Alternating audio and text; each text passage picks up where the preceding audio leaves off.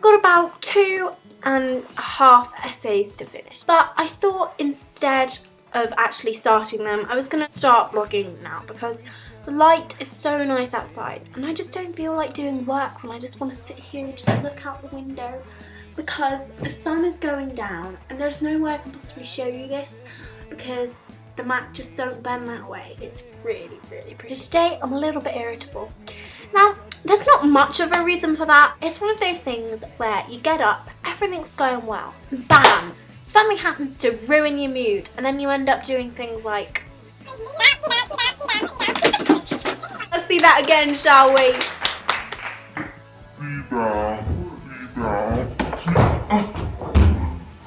Everybody has these days, and personally, I think it's okay to be grumpy once in a while. If I've offended anybody today, I apologise. It's a bit of a vicious circle really, because sometimes when people are unnecessarily rude to you, you don't actually consider that they might just be in a bad mood. But when you're in a bad mood and you do something unnecessarily rude to someone, you expect them to understand. Or at least that's what happens to me. And it's kind of a bit of a vicious circle.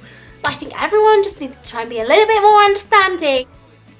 In response to Jackie's video, I really liked the fact that it was different and you actually expressed some opinion, which I rarely do. After watching Jackie's video again, I think that Dan 3.0 hasn't been everything I'd hoped to be, because he's talked up quite a lot at the beginning. I don't think he's made a huge impact with it. I think potentially it could have been a lot better, and it hasn't been that successful. It hasn't really done anything major.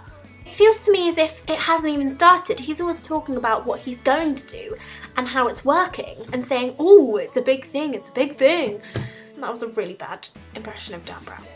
Yeah, so I do agree with Jackie that Dan seems to have changed a lot. I mean, I really miss his hair and I definitely did not like the beard.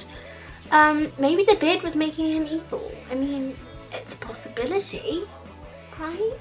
Do you think Dan 3.0 has been a success so far? Assuming that our audience actually watched Dan Brown. Now, if you don't, he's the founder of this whole try you fibble on it malarkey. I'm not the kind of person who gets so angry that I unsubscribe, but sometimes YouTubers can go down in my book. But if we think about it, they're only human, and I find it really hard to come up with content even just for one video a week. So I really admire Wheezy Waiter and people who vlog really often, who can just come up with like crazy and individual and really funny content every single day. I also showed my dad Julian Smith the other day and he thought it was really creative. I mean, if you don't know who Julian Smith is, which you probably do because he's pretty big, then you should go and check him out now because I think he's really, really good. He's really talented. He can play.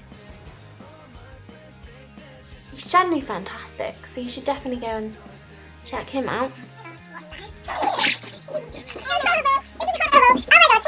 I think I must go now because I've got a lot of homework to do.